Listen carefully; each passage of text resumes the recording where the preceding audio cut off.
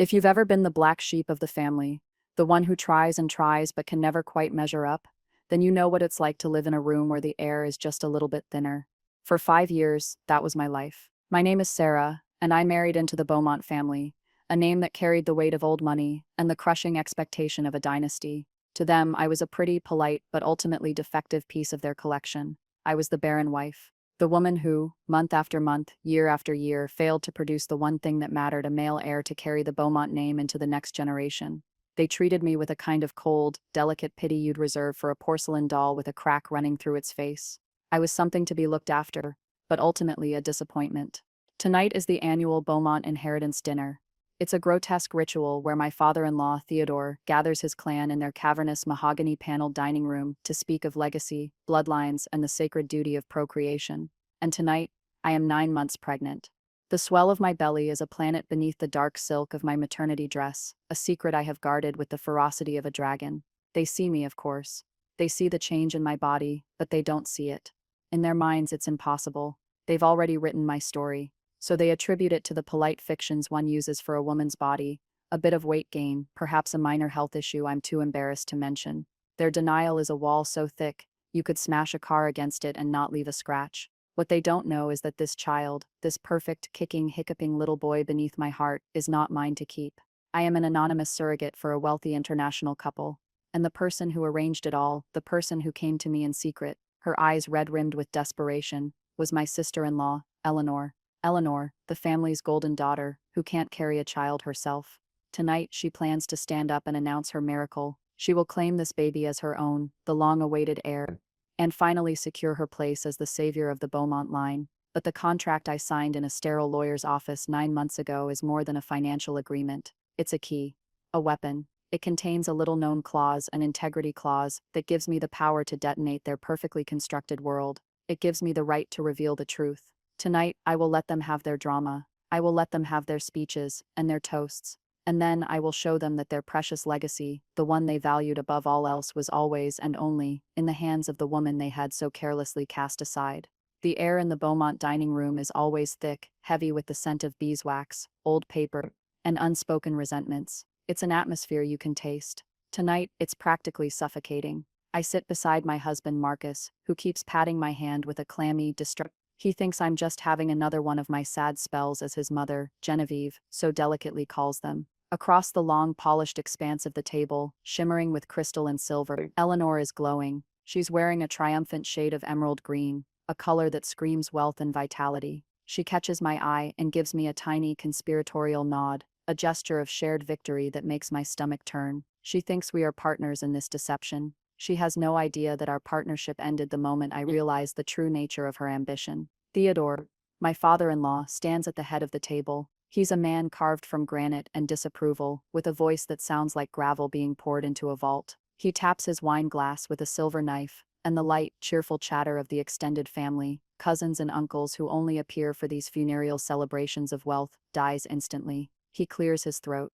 Family, he begins, his gaze sweeping over us all but lingering, as it always does, on his son, Marcus, and his daughter, Eleanor. His eyes slide past me as if I am a piece of decorative furniture.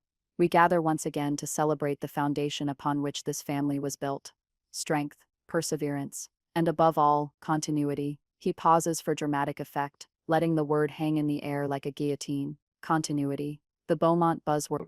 The altar upon which my own worth had been sacrificed for 5 long years. I feel the baby give a sharp, insistent kick, a little secret agent signaling from his hidden world. We're ready when you are, Mom. Not my mom, of course. I'm just the vessel. But in this moment, he feels like mine, my little co-conspirator.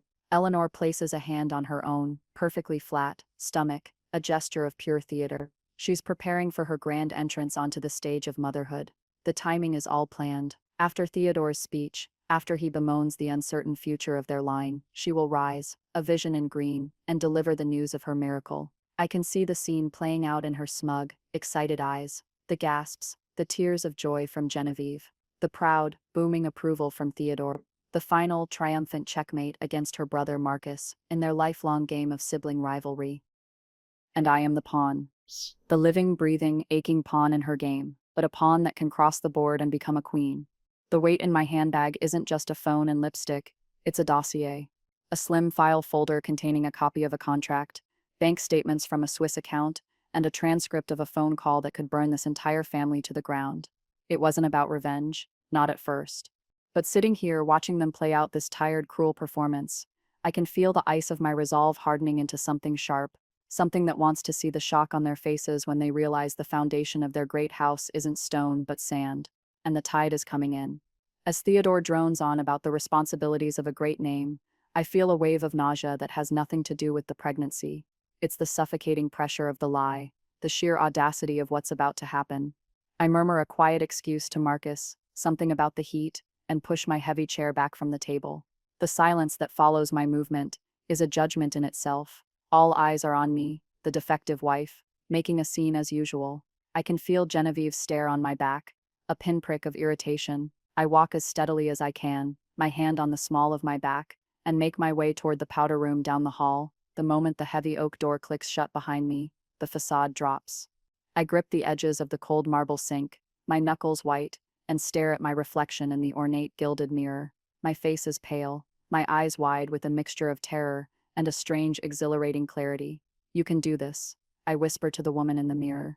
Her face is my face, but it feels like I'm looking at a stranger. For 5 years, that woman has been quiet. She has absorbed the slights, the backhanded compliments, the pitying looks. She has smiled politely at jokes made at her expense. She has held her tongue until it bled. Tonight, she will finally speak. My mind flashes back, an involuntary reel of humiliations. I remember our first Christmas as a married couple. The whole family was gathered around a towering tree, exchanging lavish gifts. Eleanor received a first edition of Virginia Woolf's A Room of One's Own, and a set of antique maps. Marcus got a vintage watch worth more than my car. And me, Genevieve handed me a small, beautifully wrapped box. Inside was a gift certificate for a luxury spa. "To help you relax, dear," she'd said, her smile tight. Stress can be so prohibitive. The implication was as subtle as a sledgehammer. I was too stressed to conceive. It was my fault. I looked at Marcus, pleading with my eyes for him to say something, to defend me. He just gave a weak shrug and said, "It's a nice spa, Sarah." Then there was the family vacation to the Caribbean, 2 years into our marriage. Every dinner conversation, steered by Theodore, revolved around legacy. He'd talk about his grandfather, the patriarch who built the family fortune, and how he had 5 sons. "A man's wealth isn't in his bank account," he'd declared, looking pointedly at Marcus. "It's in his children." Later that night, as I cried myself to sleep, Marcus had tried to comfort me. "He doesn't mean it like that," he'd whispered, but we both knew he did. Marcus, my husband, was the buffer between me and his family's cruelty, but he was a buffer made of cotton wool, soft, useless, and easily compressed. He absorbed the blows but did nothing to stop them from being thrown. The real turning point, the moment my quiet disappointment in my husband curdled into a cold, hard resentment, was in a doctor's office. It was a sterile beige room that smelled of antiseptic and shattered hopes. We'd been trying for 3 years, and the family's whispers had grown to a dull roar. We went for testing. I went through every invasive, humiliating procedure imaginable, all under the assumption that the problem as the Beaumonts saw it was me. The results came back. The doctor, a kind woman with tired eyes, sat us down and explained it in gentle, clinical terms. The issue wasn't with me. It was with Marcus. A low sperm count, a motility issue, a combination of factors that made natural conception virtually impossible. I felt a strange, hollow relief. It wasn't me. After all the self-blame, all the silent shame, it wasn't my body that had failed. I looked at Marcus expecting, I don't know what, an apology, a shared sense of release. Instead, I saw panic in his eyes, pure, undiluted terror. "We can't tell them," he'd said, his voice barely a whisper. "Dad," he would be devastated. It would destroy him. I was stunned. "Marcus, they're blaming me. Your mother hints that I'm broken at every family dinner. It's better that way," he'd said, not meeting my eyes. "Let them think it's us, a shared problem. If they knew it was me, Sarah, you don't understand what it would do to him, to my position in the company, to my inheritance." And in that moment, I understood everything. My reputation, my emotional well-being, my dignity. It was all secondary to protecting the fragile ego of his father and his own place in the Beaumont pecking order. He was willing to let me carry the shame, to be the public face of our infertility, to spare himself the discomfort of facing his family's disappointment. It was a betrayal so profound it hollowed me out. From that day on, our marriage was a ghost. We lived in the same house, slept in the same bed, but he had chosen them over me, and that was a chasm that could never be crossed. So when Eleanor came to me 9 months ago, her face tear-streaked and desperate, I wasn't listening with the ears of a loving sister-in-law. I was listening with the ears of a woman who had nothing left to lose. She found me in the garden, a place I often retreated to escape the oppressive atmosphere of the house. She was a wreck. Her perfect hair was disheveled, her expensive clothes wrinkled. She told me about her own medical struggles, a condition that made it impossible for her to carry a pregnancy to term. She and her husband, Philip, had tried everything. IVF had failed repeatedly. Her doctors had told her it was over. But I can't accept that, Sarah. She'd wept, clutching my arm. You know what Dad is like. He's already started making noises about changing the inheritance structure, leaving more to Marcus because he's the man, the one who's supposed to carry on the name. If I can't produce an heir, I'll be pushed out. Philip and I will be footnotes in the family history. Her desperation was real, but it was laced with the familiar Beaumont brand of selfish ambition. It was all about the inheritance, the status, the approval of her father. Then she dropped the bomb. I want you to be my surrogate, she'd blurted out. Please, Sarah, you're healthy. Your body, it works. We would pay you, of course, handsomely. Enough for you to do whatever you want. Enough for you to be free. Free. That word snagged in my mind. For years I had felt trapped. Trapped in a loveless marriage, in a family that disdained me, in a life that wasn't my own. The money she was offering wasn't just money. It was an escape hatch, a ticket to a new life, far away from the Beaumonts and their suffocating legacy. I looked at her, my sister-in-law, the golden child who had always gotten everything she wanted. The woman who had stood by silently, or worse, joined in with the pitying whispers, while her family slowly ground me into dust. And I saw my chance. Not for revenge, not then, for liberation. I'll think about it, I said, my voice surprisingly steady, but I had already decided. I would carry her child, I would take her money, and then I would disappear. But I would do it on my own terms. The next day, I didn't call Eleanor. I called Clara. Clara was my best friend from college, and conveniently, a contract lawyer with the heart of a shark and the loyalty of a saint.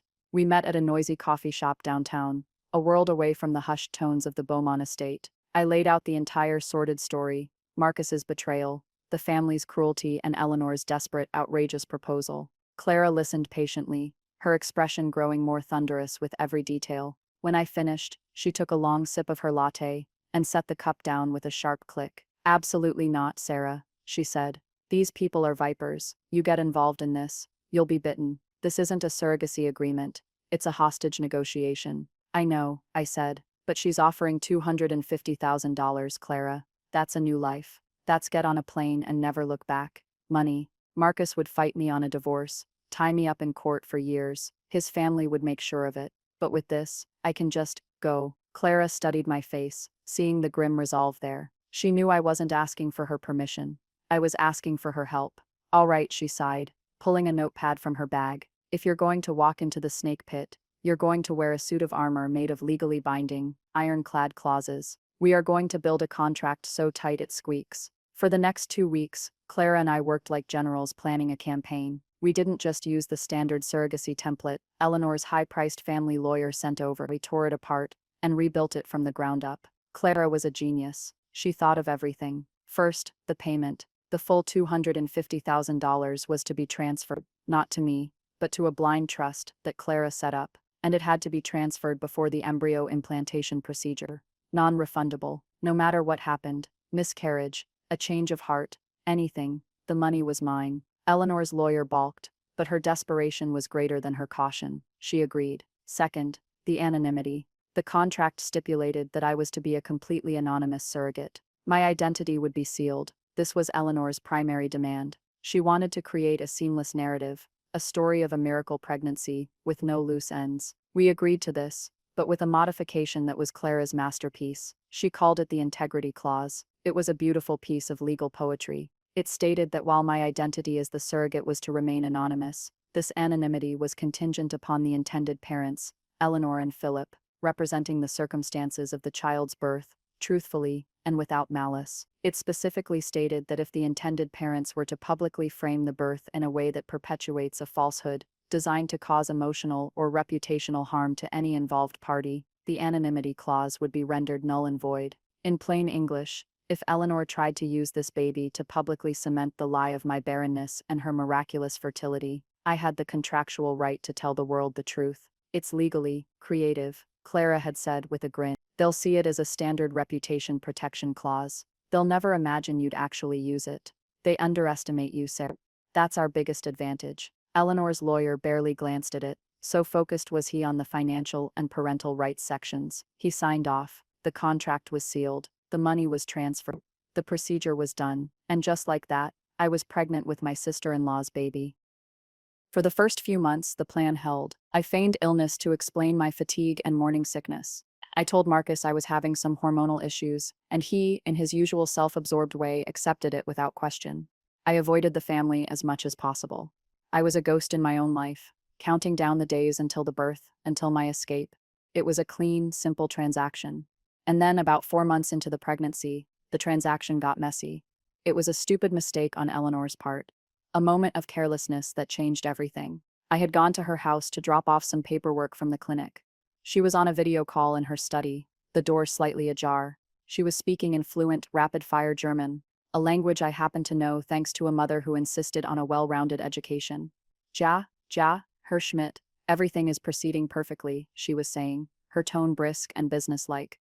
The carrier is in excellent health. The doctors are very pleased with the progress. Your son will be strong and healthy. My blood ran cold.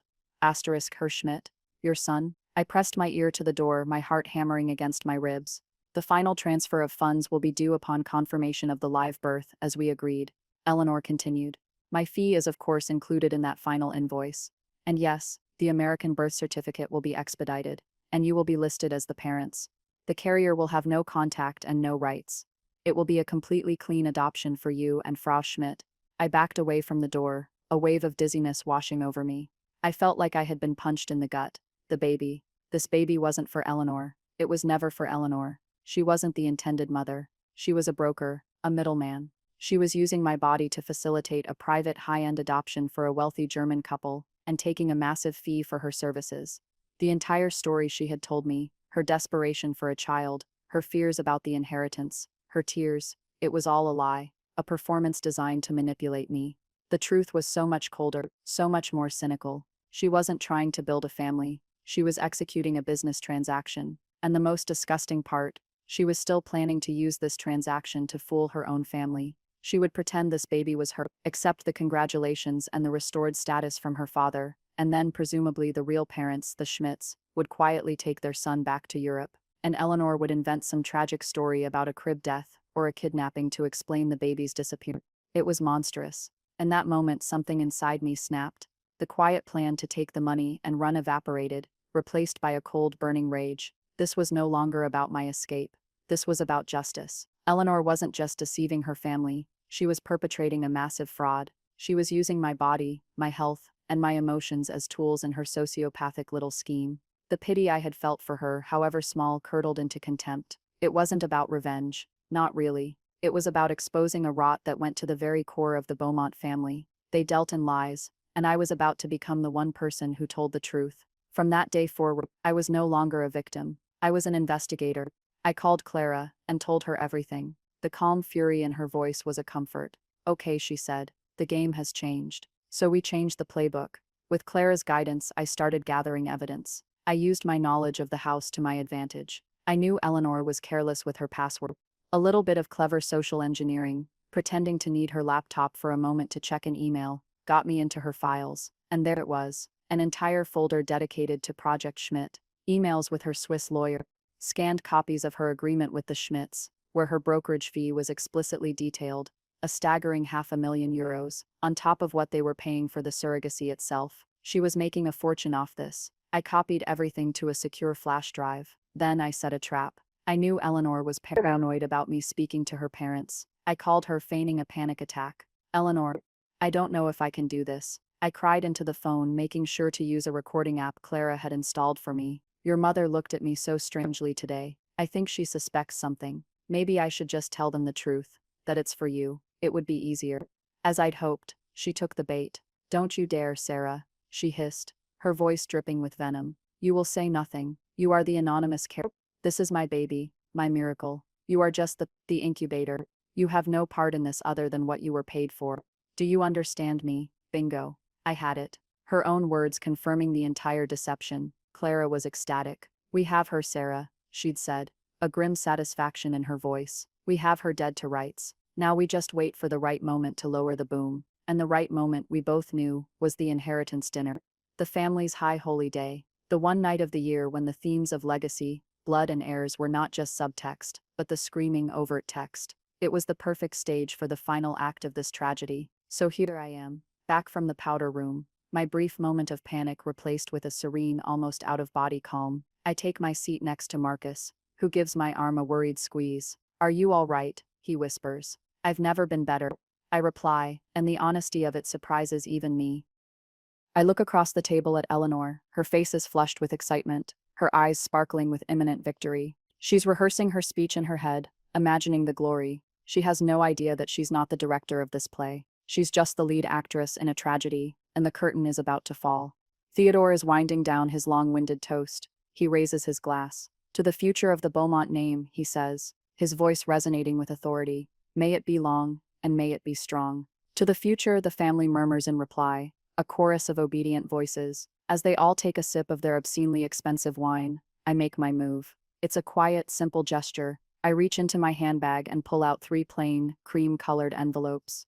My movements are slow, deliberate. I lean forward and place the first envelope on the white tablecloth, just to the left of Theodore's plate. I place the second next to Genevieve's, and the third I slide gently next to the hand that Marcus has resting on the table. The effect is instantaneous. The low hum of post-toast chatter falters. 3 envelopes, appearing as if by magic, have completely disrupted the script. Eleanor sees them, and the triumphant smile on her face freezes, then evaporates. A flicker of confusion, then fear, flashes in her eyes. She knows those envelopes aren't part of her plan. She shoots me a look, a frantic, questioning glare. "What are you doing?"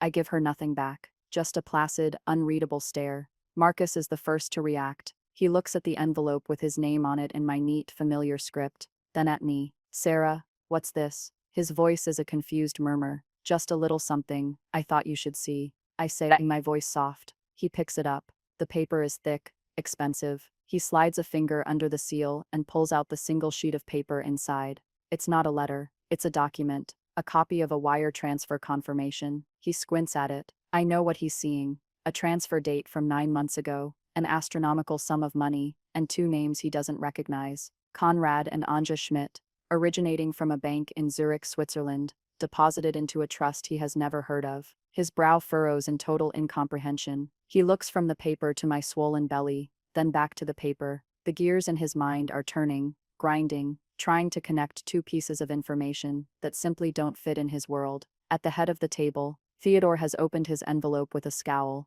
annoyed at the interruption. He stares at the paper, his face impassive for a moment, and then his eyes narrow. He looks at Eleanor, a silent, deadly question in his gaze. Genevieve lets out a small, audible gasp. She holds the paper in her trembling hand, looking at it as if it's a venomous snake. She looks at me, then at her daughter, her carefully composed face crumbling into a mask of dawning horror. The spell is broken. The carefully orchestrated performance of the perfect, powerful family has been shattered by 3 pieces of paper.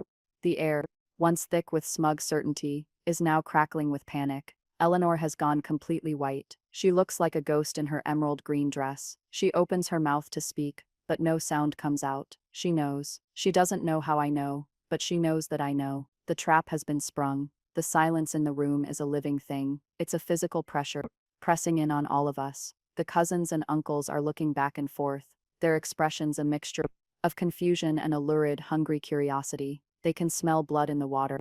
The carefully maintained facade of the Beaumont family is cracking right before their eyes. Theodore is the one to break the silence. He places the wire transfer confirmation down on the table with a slow, deliberate precision, as if it's a piece of evidence at a murder trial. He doesn't look at me. He doesn't look at Marcus. He pins his daughter with a stare so cold it could freeze fire. "Eleanor," he says, his voice deceptively soft, a low rumble of thunder on the horizon. "What is the meaning of this? Who are these people?" Eleanor flinches as if he'd slapped her. She swallows hard, trying to regain her composure. This is her moment to salvage the situation, to lie her way out of the corner she's in. It's a business deal, father," she stammers, her voice an octave too high. "A private investment. Sarah was helping me with some of the logistics. It's complicated." She attempts a dismissive little laugh, but it comes out as a strangled squeak. It's really not something to discuss at the dinner table. She turns to me, her eyes wide and pleading, but with a sharp edge of command. Sarah, tell them, it's just a misunderstanding, a surprise I was planning. She is begging me to play along, to help her paper over this gaping hole that has just opened up in the middle of her life. This is the moment where the old Sarah would have folded. The old Sarah, desperate to keep the peace, would have mumbled an agreement, helped smooth things over, and dealt with the fallout later. But the old Sarah is gone. I simply take a slow, deliberate sip of my water, my eyes meeting hers over the rim of the glass. My silence is my answer. It's a refusal, a declaration of war. Her mask of composure shatters. Panic floods her face. Now all eyes turn to Marcus. He is the weak link, the emotional core of this disaster. He is staring at the name Schmidt on the paper, as if trying to decipher an ancient rune. He looks at me, his face a mess of confusion, and a dawning suspicion. The dots are beginning to connect in his head. My mysterious illness, my weight gain, this inexplicable sum of money from a foreign source. Sarah, he pleads, his voice cracking. What is going on? What does this have to do with you? He gestures vaguely at my stomach. He can't even bring himself to say the word pregnant.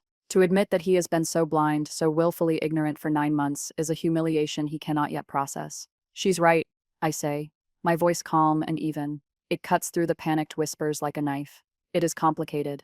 Genevieve, who has been silent until now, finally finds her voice. It's sharp, brittle, complicated. What is complicated? Sarah, you will explain yourself. You have brought this sordidness to our table. They are trying to shift the blame to me. I am the agent of chaos, the one who has ruined their perfect evening. It's their default setting. When in doubt, blame Sarah, but the power has shifted.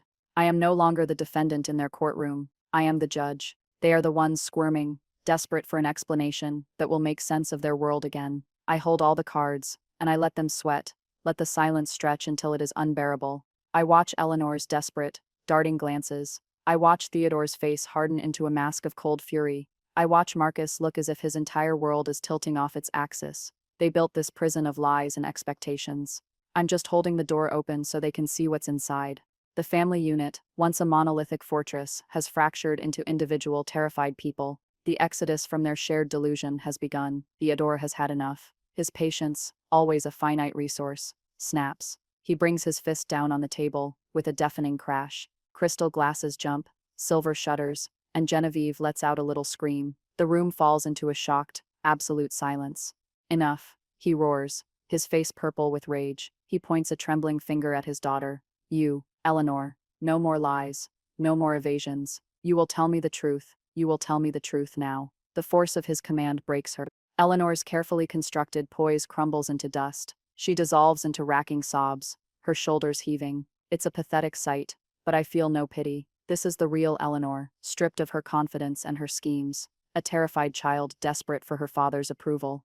I just wanted to make you proud, Daddy, she wails, the word daddy sounding grotesque, coming from a grown woman. I just wanted to give you what you always wanted, a grandson, an heir. She's trying to spin it, even now, trying to frame her deception as an act of love, of filial duty. The doctors said I couldn't, so I found another way, a miracle. She's trying to confess to the smaller crime, the lie of the miracle pregnancy, in the hopes of hiding the larger one. She's hoping they'll be so relieved to have an heir, they won't ask too many questions about the details. She's counting on their desperation to blind them, and it might have worked. I see a flicker of something, hope, confusion, in Theodore's eyes. Genevieve is looking at Eleanor's flat stomach, and then at my swollen one, the terrible, wonderful truth dawning on her. But I'm not going to let them have that comforting lie. I've come too far. She's not giving you a grandson, Theodore, I say. My voice isn't loud, but it slices through Eleanor's sobs, and commands the attention of the entire room. Everyone turns to look at me, the quiet woman at the end of the table. The furniture is finally speaking. She's not giving you a grandson, I repeat, letting the words sink in. She's brokering one. I lay it all out. I speak in a calm, factual monotone, as if delivering a report. I tell them about the surrogacy. I tell them about Eleanor's lies, her fake desperation. I tell them about the Schmidts in Germany, the real intended parents of the child I am carrying. I tell them about her brokerage fee. I explain that her plan was to present a miracle's baby, secure her position in the inheritance, and then the baby would conveniently disappear, whisked away to its real family in Europe. With every word, the color drains from Theodore's face. Genevieve puts a hand to her mouth, her eyes wide with horror. They aren't just hearing about a lie. They're hearing about a level of cynical, fraudulent ambition that is shocking even to them. Their daughter wasn't just trying to please them. She was running a black market baby business, using her own family as cover. And then I turned to my husband, Marcus. He has been sitting there, frozen, a statue of disbelief. I look him directly in the eye. It's time for the final, most personal revelation. And Marcus, I say, my voice softening slightly, which only makes the words more devastating. The reason Eleanor had to ask me, the reason she needed a surrogate in the first place, isn't just because of her own health issues. I pause, letting him feel the weight of what's coming. It's because the Beaumont bloodline you're all so obsessed with, it ends with you. I kept your secret for 5 years.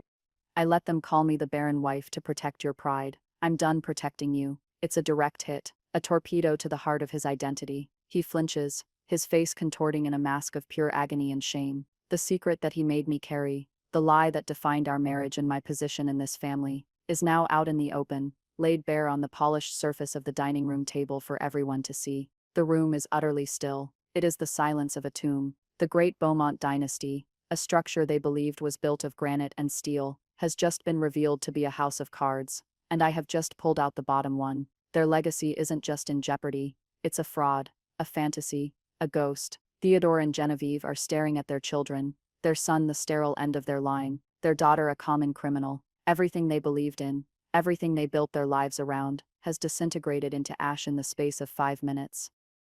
I've said my piece. My work here is done. Slowly, I push my chair back. The scrape of its legs on the hardwood floor is the only sound in the room. I stand up, my body aching but my spirit feeling impossibly light. I pick up my handbag from the floor. I believe my obligations under the contract have now been met. I say to the stunned silence. The integrity clause was triggered by Eleanor's fraudulent misrepresentation. My anonymity is therefore void. The rest of this is your family matter to resolve. I look at Marcus one last time. He won't meet my eyes. He's staring down at his hands, a broken man. I'll be sending for my things tomorrow, I say softly. My lawyer, Clara, will be in touch to finalize the divorce proceedings. And with that, I turn my back on them. I walk out of the dining room, down the long silent hallway and out the heavy front door into the cool night air. I don't look back. I leave the ruins of the Beaumont dynasty to smolder in the suffocating atmosphere of their own making. I am free. It's been 6 months since that night. I live in a bright, airy apartment in a city hundreds of miles away, a place with no history for me, which is exactly why I chose it. The sun streams through the large windows, and for the first time in years, I feel like I can breathe. The baby, a beautiful, healthy boy named Leo, was born 2 weeks after that dinner. I spent 2 days with him in the hospital, a strange and bittersweet goodbye. Then the Schmidts arrived. They weren't the cold, calculating figures I had imagined. They were a kind, middle-aged couple who had struggled with infertility for over a decade. They looked at their son with such profound, tearful gratitude that it healed a part of me I didn't know was still broken. They have sent me photos every week since. Leo's first smile, Leo sleeping in his crib, Leo bundled up against the Swiss snow. They also sent a heartfelt, handwritten letter thanking me for the immeasurable gift I had given them, and for my courage in exposing Eleanor's scheme. Clara handled the fallout, and from what she tells me, it was apocalyptic. The Beaumonts, terrified of a public scandal and potential fraud charges from the Schmidts, imploded. Eleanor was effectively disowned.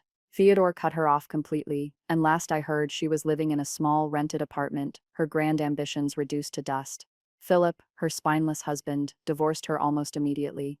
Marcus, my ex-husband, is a ghost in his own life. The divorce was swift and uncontested. He gave me everything I asked for, not out of generosity, but out of shame. He still lives in that big empty house, rattling around with the ghosts of his parents' expectations.